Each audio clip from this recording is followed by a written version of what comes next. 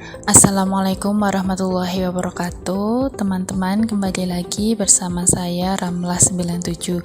Nah, di video kali ini saya akan menjelaskan mengenai menyusun laporan keuangan. Nah, di sini saya menggunakan soal PT Zalia, yaitu merupakan salah satu perusahaan berbentuk PT. Tapi saya akan menjelaskan laporan keuangan untuk perusahaan dagang dan PT ya. Nah, kita mulai saja. Yang pertama, saya ulas kembali mengenai siklus akuntansi perusahaan, yaitu terdiri dari dokumen transaksi, jurnal, buku besar, neraca saldo, jurnal penyesuaian, neraca lajur, dan laporan keuangan. Nah, di laporan keuangan ini kita mengenal ada 5 jenis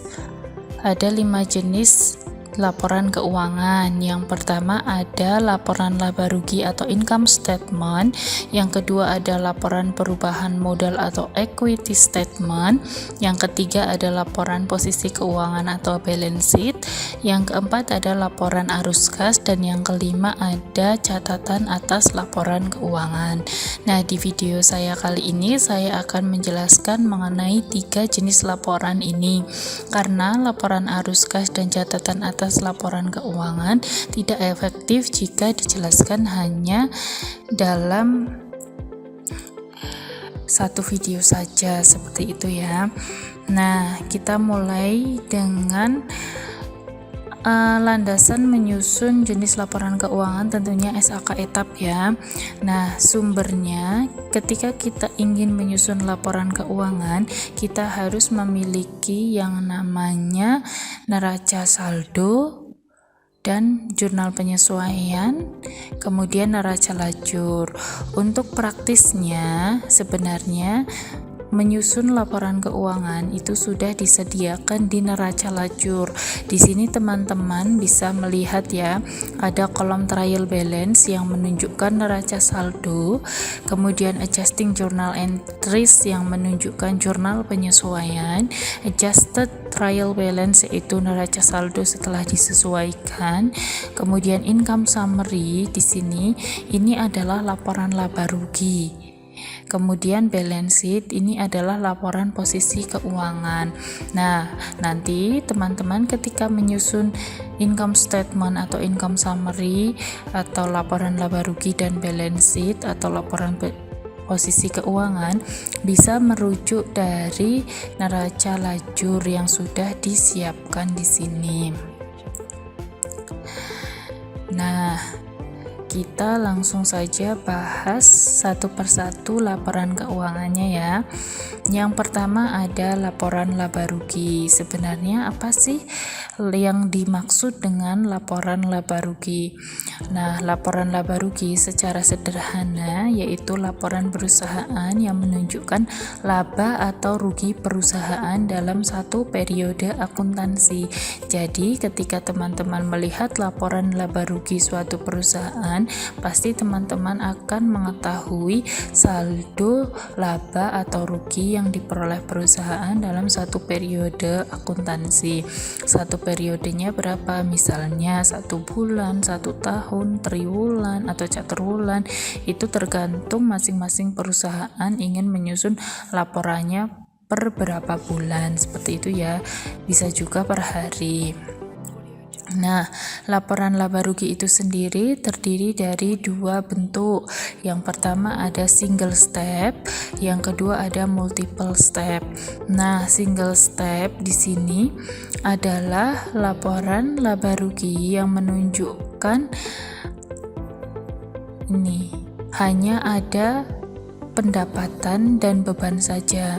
Jadi tidak dikelompokkan. Di sini teman-teman melihat ya, hanya ada pendapatan dikurangi dengan beban tanpa mengelompokkan lebih rinci lagi. Nah, bedanya dengan multiple step yaitu di multiple step ini dibagi antara beban operasi dan beban lain-lain. Jadi ada yang namanya beban operasi, ada yang namanya beban lain-lain atau pendapatan lain-lain. Nah, biasanya itu ditunjukkan dengan seperti ini. Beban operasi dibagi menjadi beban penjualan, beban administrasi umum, beban pemasaran, seperti itu. Nanti ada beban other expense atau beban lain-lain. Nah, di sini. Kemudian ada pendapatan perusahaan, pendapatan operasi perusahaan, dan pendapatan lain-lain. Kalau di sini kan tidak ada pendapatan lain-lain. Jadi saya luruskan lagi ya.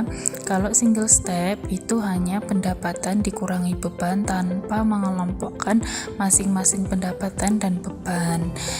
Ya, kalau multiple step itu pendapatan operasi dan pendapatan lain-lain itu dipisah. Kalau di single step digabung, seperti itu. Nah, fungsi dari laporan laba rugi yaitu untuk dijadikan bahan evaluasi keuangan. Tentu saja ya, untuk mengetahui apakah selama satu periode ini perusahaan sudah beroperasi, apakah memperoleh laba atau malah rugi, seperti itu. Nah, ketika memperoleh laba berarti bagaimana sikap perusahaan, contohnya lebih meningkatkan lagi omset penjualan, membuka cabang dan sebagainya. Bagaimana caranya agar omset penjualan atau laba bulan depan atau periode yang akan datang itu lebih tinggi daripada periode ini. Kemudian misalnya apabila terjadi rugi, bisa membuat variasi produk atau mengevaluasi apakah yang terjadi, kenapa terjadi rugi, apakah mesin yang digunakan wattnya terlalu besar sehingga biaya untuk listrik membengkak, apakah ada pegawai-pegawai yang melakukan korupsi dan sebagainya. Nah, yang kedua yaitu untuk mengetahui perkembangan perusahaan. Jadi biasanya di masing-masing perusahaan itu setiap periode akuntansi, misalnya setiap bulan dari bulan Januari sampai dengan bulan Desember itu dibuat grafik. Misalnya bulan Januari itu memperoleh laba 100 juta, nanti Februari 200 juta, kemudian nanti bulan Mei 500 juta, kayak gitu. Dianalisis sih perkembangan usahanya bagaimana, seperti itu. Kemudian yang ketiga untuk mengatur langkah kebijakan atasan. Nah, ini kebijakan apa yang akan dilakukan ketika melihat laporan keuangan itu perusahaan itu mengalami laba atau rugi, seperti itu. Nah, langsung saja kita ke cara membuat laporan laba rugi. Di sini saya menggunakan contoh PT Zalia. Nah, untuk membuat laporan laba rugi, saya sudah sediakan neraca lajurnya.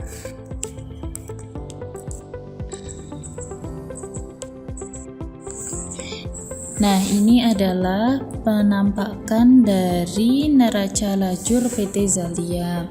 Teman-teman cermati di sini, ketika teman-teman ingin menyusun laporan laba rugi, berarti teman-teman fokus ke kolom income summary. Income summary ini bisa disebut juga laporan laba rugi atau income statement.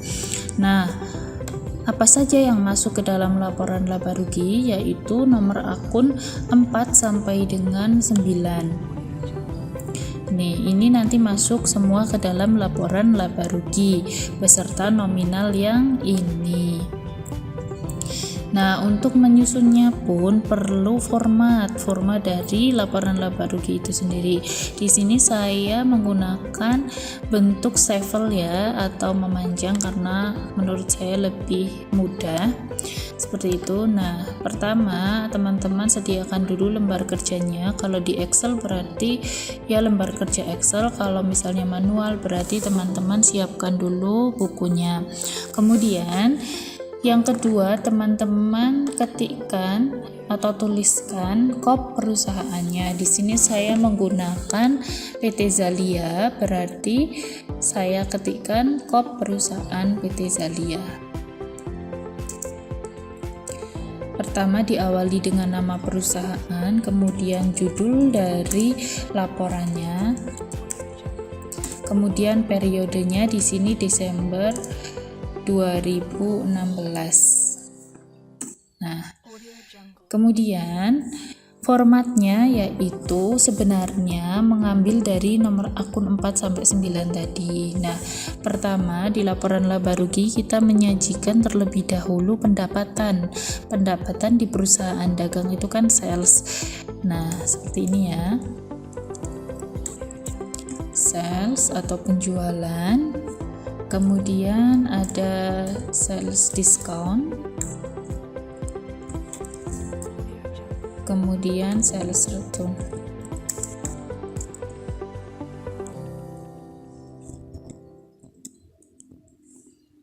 Nah, nanti ada net sales,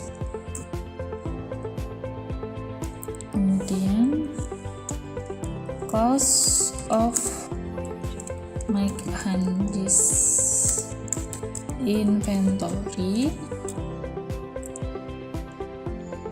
kemudian purchase discount,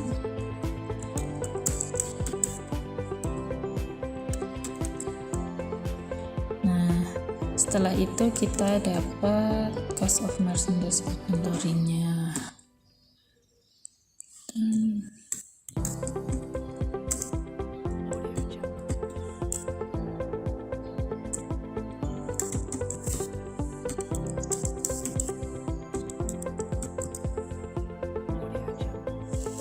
Nah, di sini ada operating expense ya. Operating expense di sini menyesuaikan apa saja beban operasional di perusahaan itu.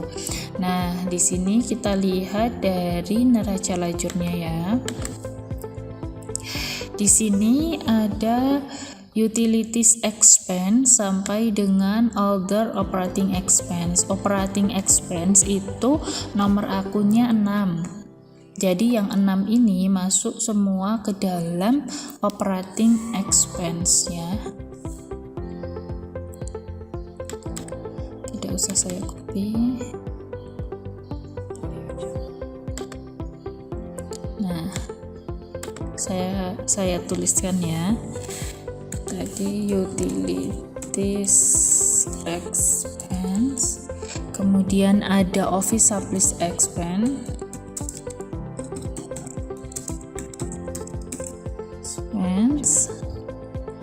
doubtful.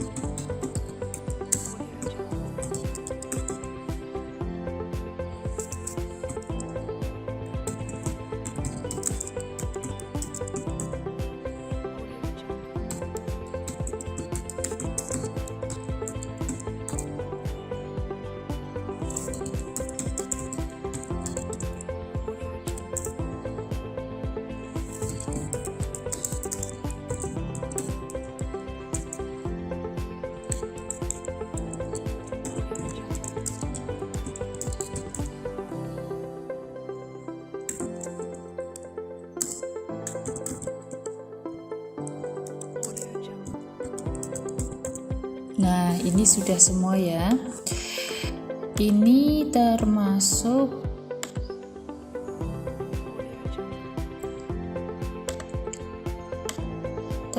ke dalam operating expense. Saya bold dulu biar jelas ya. Nah, selanjutnya operating expense kita tulis di sini amount-nya berapa atau total amount, kemudian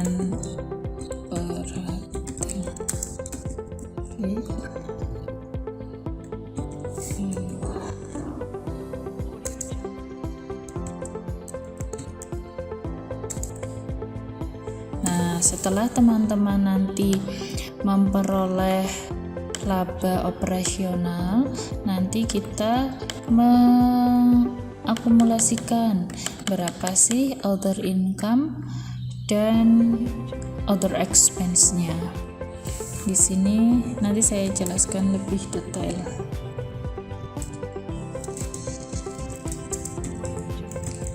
Nama-nama akun di sini ini ambilnya dari neraca lajur ya.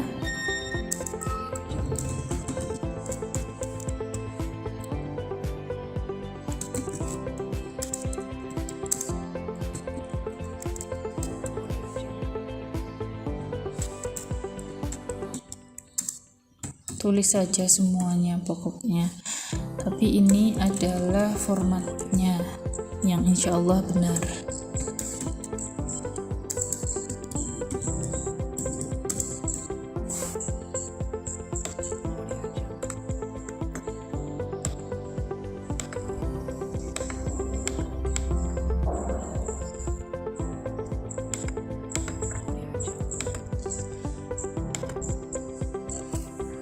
Other expense-nya terdiri dari gain or loss,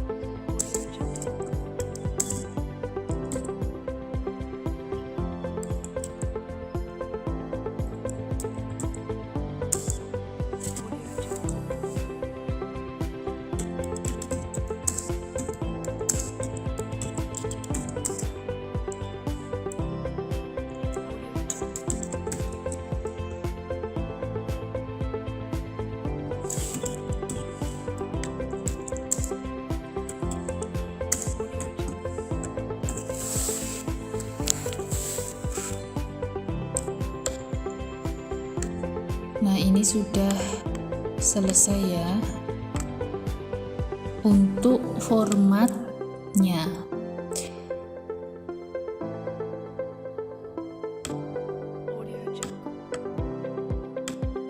Kita butuh 3 kolom tambahan di sini untuk menuliskan nominal-nominal dari akun-akun ini. Nah, bahwasanya perlu saya tekankan lagi ya, akun-akun di sini adalah kopian atau tulis ulang dari akun yang ada di neraca lajur di sini. Ini. Nah, untuk formatnya sendiri itu diawali dengan sales dikurangi sales diskon, dikurangi sales return, nanti jadinya net sales, penjualan dikurangi diskon penjualan, dikurangi retur penjualan, nanti hasilnya penjualan bersih. Kemudian penjualan bersih nanti dikurangi dengan cost of merchandise inventory, dikurangi dengan purchase discount, nanti jadinya adalah gross profit. Gross profit nanti dikurangi dengan operating expense, hasilnya adalah operating fit atau laba operasional. Nah, laba operasional dikurangi dengan ditambah dengan pendapatan lain-lain, dikurangi dengan beban lain-lain, nanti hasilnya adalah earning before tax atau laba sebelum pajak. Laba sebelum pajak dikurangi dengan pajak, berarti diperolehlah laba setelah pajak. Nah, ini. Mari kita masukkan nominalnya. Sebelumnya saya ini formatnya biar cantik ya. Ditengahkan.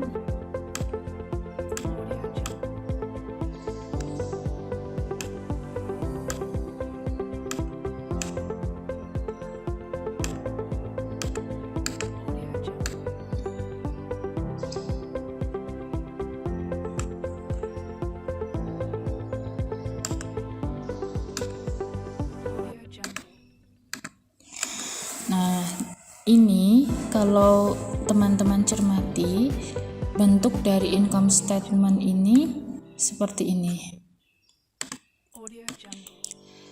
Nomor akun 4 dikurangi nomor akun 5, 4 dikurangi 5, jadi seperti ini. 4 dikurangi 5, kalau dikurangi berarti saya kasih kurung ya. Nah, 4 dikurangi 5, nanti hasilnya adalah gross profit.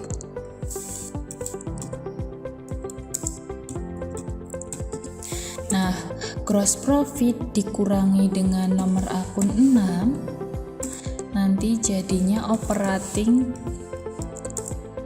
profit. Operating profit ditambah dengan nomor akun 8 atau other income, pendapatan lain-lain, dan dikurangi dengan nomor akun 9, nanti hasilnya menjadi laba sebelum pajak atau earning before tax. Earning before tax dikurangi dengan pajak, nanti jadinya earning after tax. Nah, ini adalah gambaran singkatnya atau rumus dalam menyusun form dari laporan laba rugi seperti itu ya. Nah, kemudian kita masukkan untuk nominalnya. Kita tinggal mengambil dari sini. Penjualan berarti 13.425.630 itu ya. Di sini saya tuliskan misal di sini ya. Penjualan tadi 13.425.630. Nah, saya ubah formatnya dulu. Jangan lupa rupiah ya.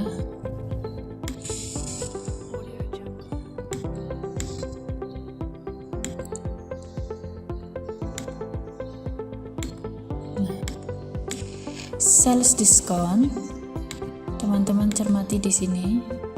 Yang di debit ini bersifat mengurangi, yang di kredit bersifat menambah. Itu rumus juga ya, untuk lebih mengingat-ingat kalian cara menyusunnya. Nah, ini nanti ini sales dikurangi sales discount dikurangi sales return, jadinya adalah net sales. Di sini saya tuliskan sales discountnya adalah sebesar 190.368.360. Kemudian sales returnnya 300.800.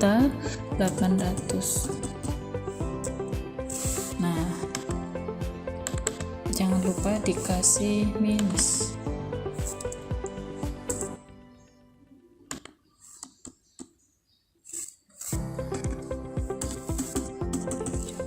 Nah, nanti net sales ini caranya yaitu sales dikurangi dengan sales diskon dikurangi dengan sales return. Nah, hasilnya ini kita pindahkan di sini saja. Nah, nanti ditaruh di kolom sebelahnya. Ini adalah net sales. Nah, cost of merchandise inventory dan purchase discount kita ambil lagi dari neraca lajurnya. Berapa? Di sini. Ini dikurangi ini ya.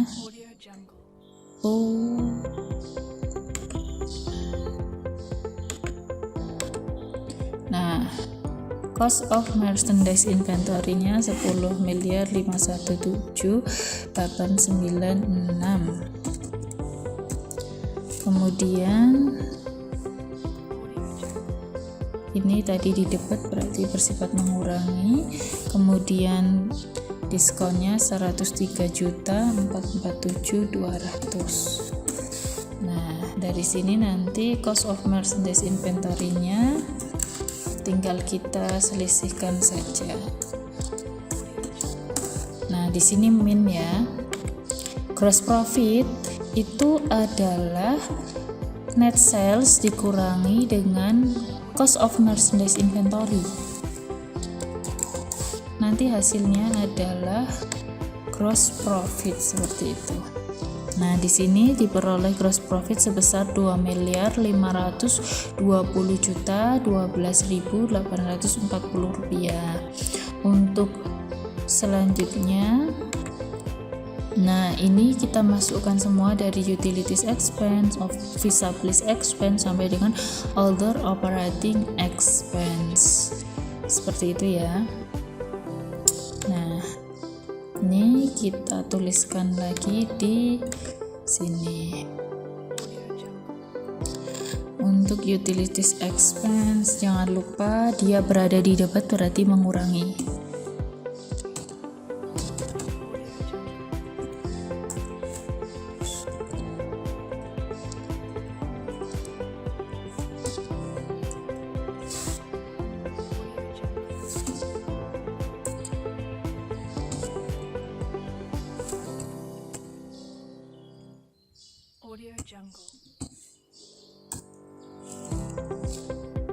Nah, kenapa tidak saya copy paste? Karena untuk melatih ketelitian. Nah, jadi kalian jangan gimana ya, terlena ya, karena akuntansi itu sangat butuh ketelitian.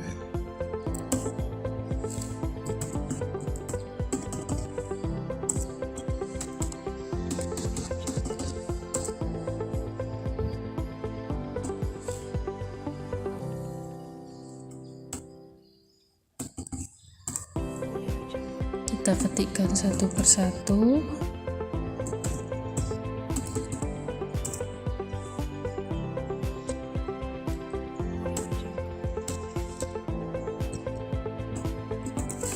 Nah, sudah amount atau totalnya di sebelahnya, di sebelah sini ya.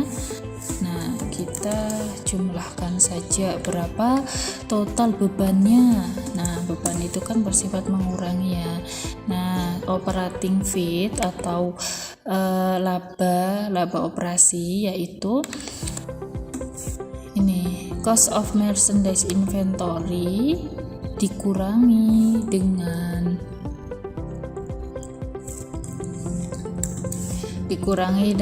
beban operasionalnya berapa. Nah, diperolehlah operating fee atau laba operasional sebesar 1.483.910.286. Kemudian kita masukkan interest income collected di sini.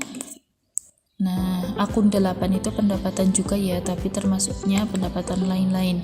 Nah, yang ada nominalnya hanya interest income dan dividend income. Jadi kita hanya memasukkan dua nominal itu saja. Di sini interest income tadi 14, 124, 540 dan dividend income 47.080. Nah, di sini amount-nya kita tuliskan di sini. Amount dari interest income-nya atau other income yaitu 61.204. Kemudian kita di sini other expense ya atau beban lain-lainnya ini kita pindahkan ke sini. Gain or loss yaitu sebesar 24.375. Kemudian interest expense 23.757.696. Bank service charge yaitu 23.61.600. Nah, di sini kita jumlahkan lagi.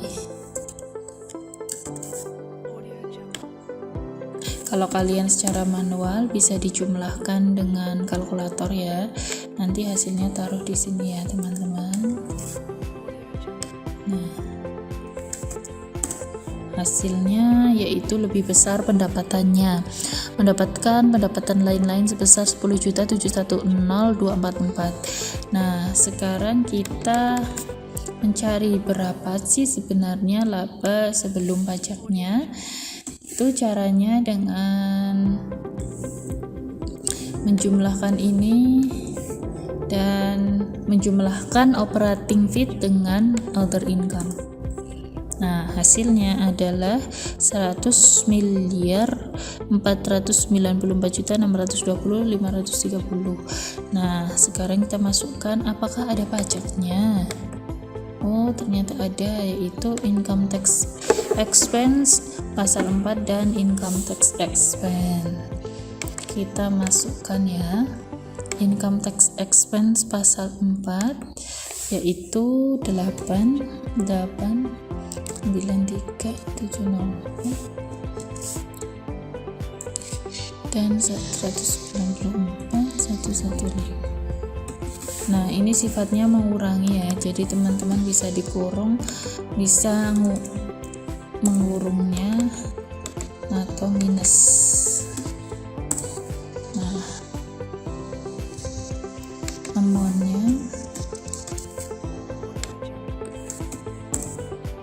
kemudian jangan lupa ya,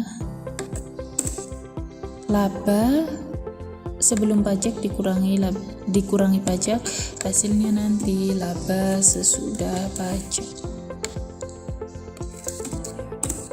Nah, ini hasilnya adalah 1.291.611.826 dan hasil ini harus sama dengan yang ada di neraca lajur. Itu indikasi pekerjaan kalian sudah benar. Nah, di sini di selisihnya ini adalah laba atau rugi perusahaan nih. Nanti nominal ini dan nominal yang ada di laporan keuangan harus sama. Nih, seperti itu ya. Jangan lupakan rumus ini karena rumus ini sangat membantu untuk menyusun format dari laporan laba rugi itu sendiri. Oke.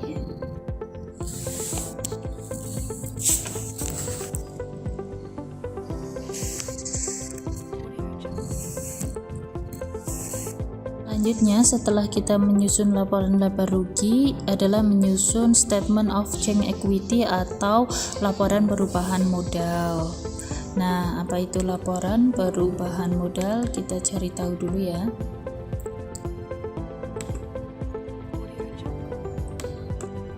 Laporan perubahan modal adalah laporan yang menunjukkan perubahan modal dari modal awal sampai dengan modal akhir. Kita langsung saja ke praktek, yaitu membuat format dari laporan perubahan modal. Di sini saya menggunakan PT Zalia, berarti saya ketikkan PT Zalia. Sama seperti income statement, yaitu menyusun kop perusahaannya, diawali dengan nama perusahaan, kemudian nama laporan yang dibuat, kemudian periodenya.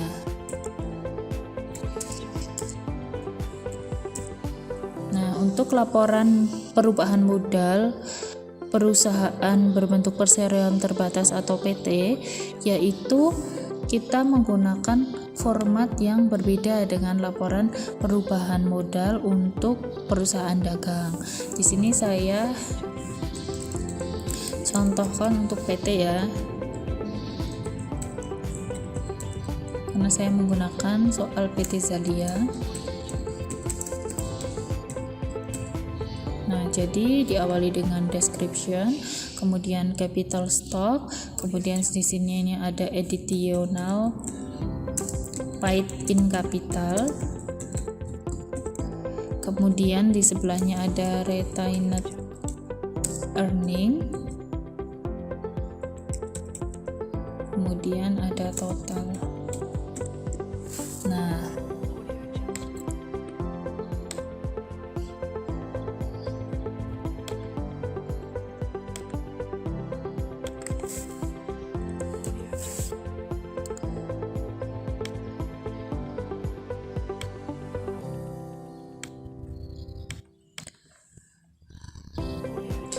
di sini diawali dengan saldo modal awal di tahun lalu, yaitu di tahun lalu atau awal tahun 2016, yaitu 31 Desember 2015. Di sini ditulis balance at Desember.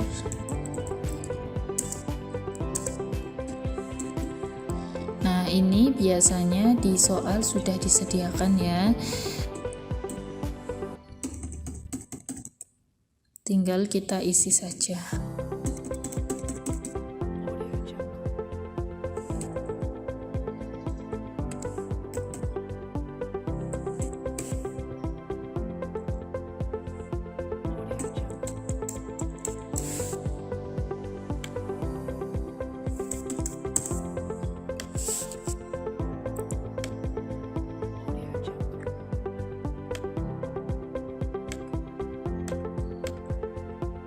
Nah, setelah ini balance at Desember, bawahnya adalah issuance capital.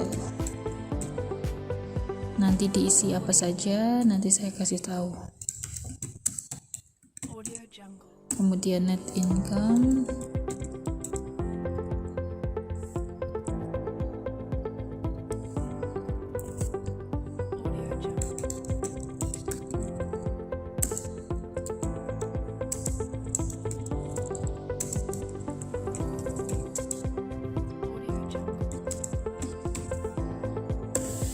nah ini sebenarnya itu mudah ya, seperti ini, modal awal kemudian ditambah dengan laba, ditambah dengan laba dikurangi dengan dividen, seperti itu. Kemudian nanti diperolehlah modal akhirnya. Nah, di sini memang kalau PT memang agak ribet ya, tetapi tidak apa-apa. Nah, di sini kita masukkan dulu berapa kapitalnya dan additional paid and capital. Apakah di PT Zalia ada? Kita cek dulu di neraca lajurnya. Di neraca lajur. Nah, di sini untuk nomor akun 3 ini yang masuk ke dalam laporan perubahan modal. Itu ya. Nah, ini nanti capital stocknya adalah senilai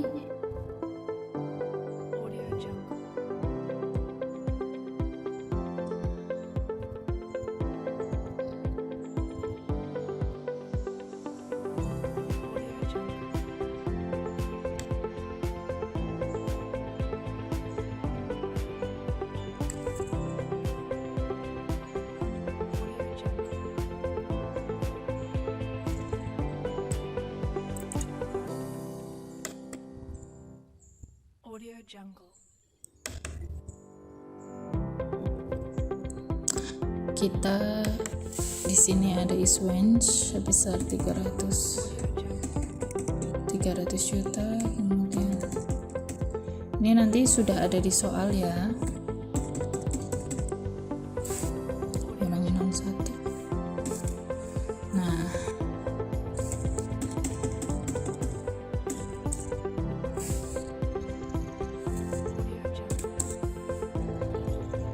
kita hanya memasukkan net income atau laba dan dividen. Nah, net income itu diperoleh dari laporan laba rugi yang sudah kita buat, yaitu senilai ini. Mana tadi laporan laba rugi?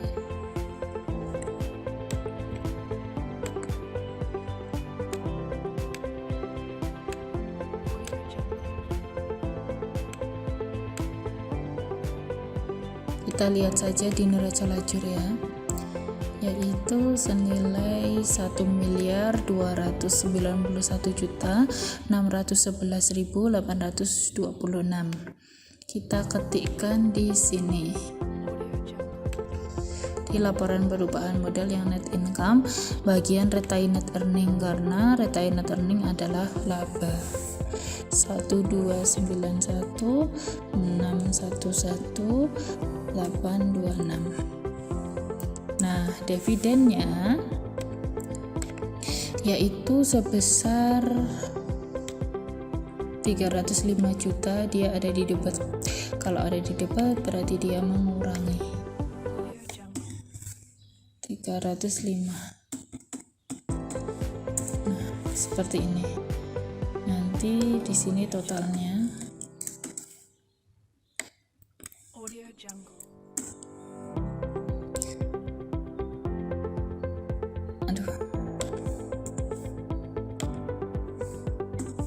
Ini totalnya berarti di baris ini hanya ini ya, kemudian di baris ini hanya ini, kemudian nanti kita masukkan yang di sini. Nah, ini kita total saja. Nah, seperti ini ya.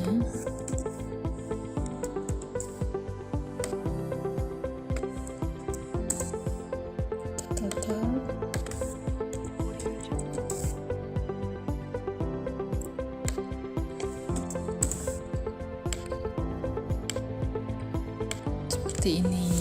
Oke, ini sudah jadi untuk statement of change equity-nya.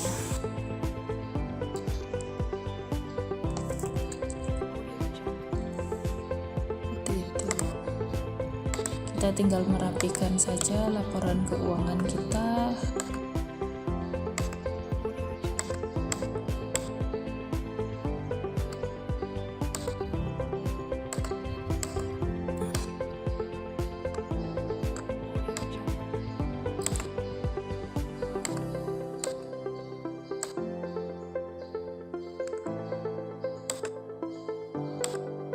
Jadilah laporan perubahan modal PT Zalia. Gampangnya, capital stock. Nah, bagian ini itu berasal dari soal, kemudian kita hanya memasukkan net income dan dividennya saja. Kemudian totalnya di sini ya, total dari masing-masing barisnya. Setelah itu kita akan membahas mengenai laporan posisi keuangan atau neraca. Nah, laporan neraca adalah laporan perusahaan yang menunjukkan posisi keuangan pada akhir periode.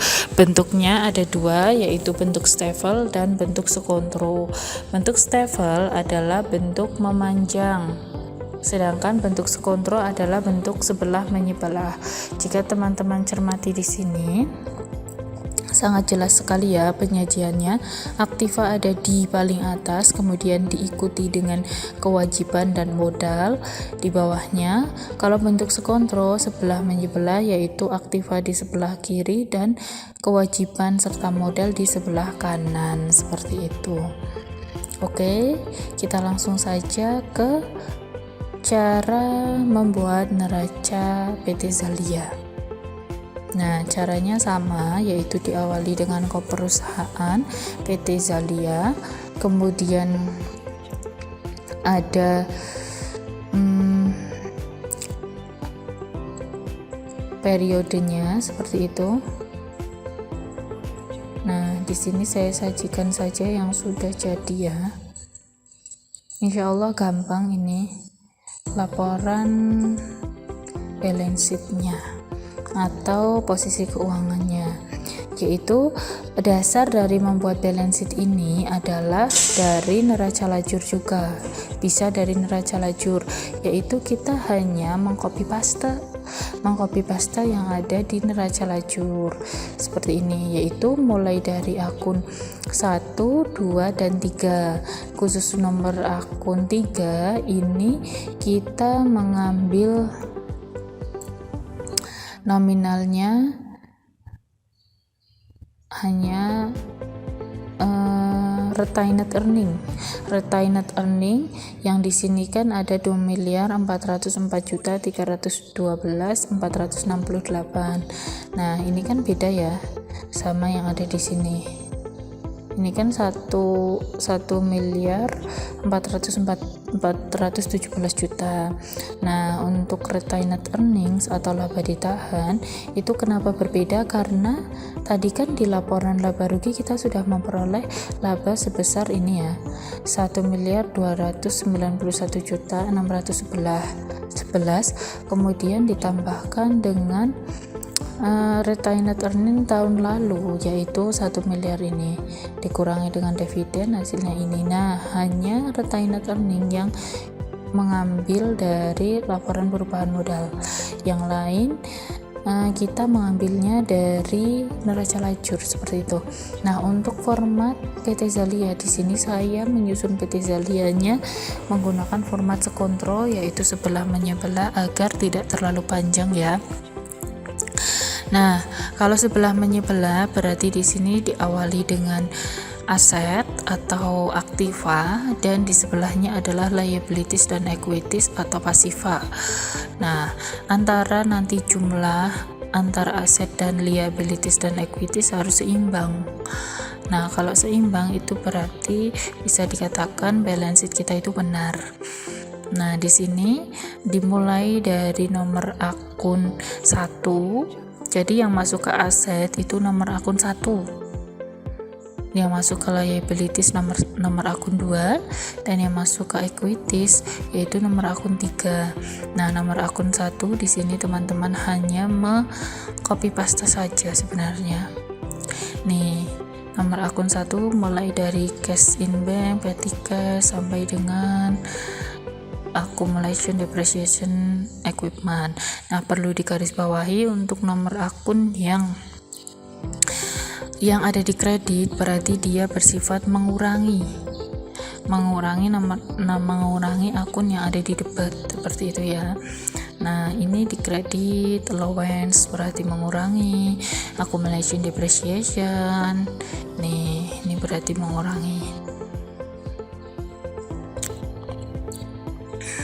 Nah, di sini masuknya ke current asset atau harta lancar, yaitu cash in bank, P3, account receivable, allowance, merchandise, office supplies, prepaid insurance, prepaid rent, VAT in, prepaid income tax. Nah, setelah kita masukkan semua nominalnya, itu kita jumlahkan. Ya, kita jumlahkan. Nanti kita jumlahkan lagi dengan non current asset atau harta tetap ya. Harta tetap itu harta yang memiliki umur manfaat lebih dari 1 tahun. Nah, terdiri dari ada investment, land, building, accumulation depreciation building vehicle, accumulation depreciation vehicle equipment, dan accumulation depreciation equipment. Untuk tadi saya sudah tekankan ya, untuk akun yang posisinya ada di kredit berarti kita kasih tanda kurung itu. Nah, atau bersifatnya mengurangi. Nanti ini di total semuanya, amountnya segini. Nah, total dari aset adalah penjumlahan dari ini aset lancar ditambah dengan aset tetap, yaitu diperolehlah sebesar 7.201.959.268. Nah, mungkin teman-teman di sini bertanya, kok ada tahun 2015? Ini sudah berasal dari soal ya, sudah terisi sendiri seperti itu. Kemudian kita beralih ke liabilities dan equities atau utang dan modal. Nah, liabilities atau utang itu nomor akunnya 2 di sini. Nah, sebentar saya ulangi lagi ya. Untuk aset itu saldo normalnya berada di debit. Berarti kalau ada aset yang saldonya ada di kredit seperti allowance ini, dia ada di kredit berarti bersifatnya mengurangi. Kalau liabilities dan equities itu saldo normalnya berada di kredit. Jadi kebalikannya, kalau ada yang di debit berarti itu bersifatnya mengurangi, seperti itu. Tapi sepertinya sih tidak ada gitu ya. Jadi kita mengambil akun-akun ini dan nominalnya itu dari neraca lajur. Di neraca lajur ini nomor akun 2. Nah, nomor akun 2 yaitu accounts payable, accurate, sampai dengan bank jateng loan itu masuk ke utang, capital, dividend, additional, dan retained earnings masuk ke equity. Tuliskan saja nominalnya, kemudian ini semua dijumlahkan, diperolehlah total segini. Kemudian bank jateng loan, kenapa dia dipisahkan? Karena dia termasuknya utang jangka panjang ya. Nah, setelah diperoleh, nanti kita masukkan equities-nya, yaitu nomor akun 3. Jangan lupa retained earnings, mengambilnya bukan dari neraca lajur, akan tetapi mengambil dari laporan perubahan modal ya. Nah, nanti diperolehlah amount sebesar ini, 4.234.312.468. Nanti ini dijumlahkan semua mulai dari amount yang current liability, long term liability, dan amount untuk ekuitas. Nanti diperolehlah hasil yang sama, yaitu 7.201.959.268. Nah, nanti berarti kalau misalnya antara aset dan jumlah kewajiban dan modal itu belum sama, berarti masih salah pekerjaan kita. Teman-teman harus mengulangi lagi pekerjaannya atau menghitung ulang. Biasanya kurang teliti saja di bagian akun-akun yang memang harus dikurangkan tetapi kita ditambahkan, seperti itu. Nah, seperti itu ya teman-teman mengenai laporan keuangan PT Zalia kali ini.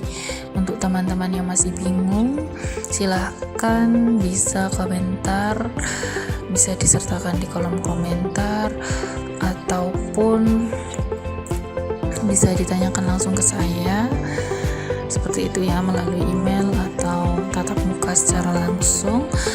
Bagi teman-teman yang merasa video ini bermanfaat dan menambah pemahaman kalian, minta dukungannya untuk like, comment, subscribe, serta share ya ke teman-teman kalian. See you next time.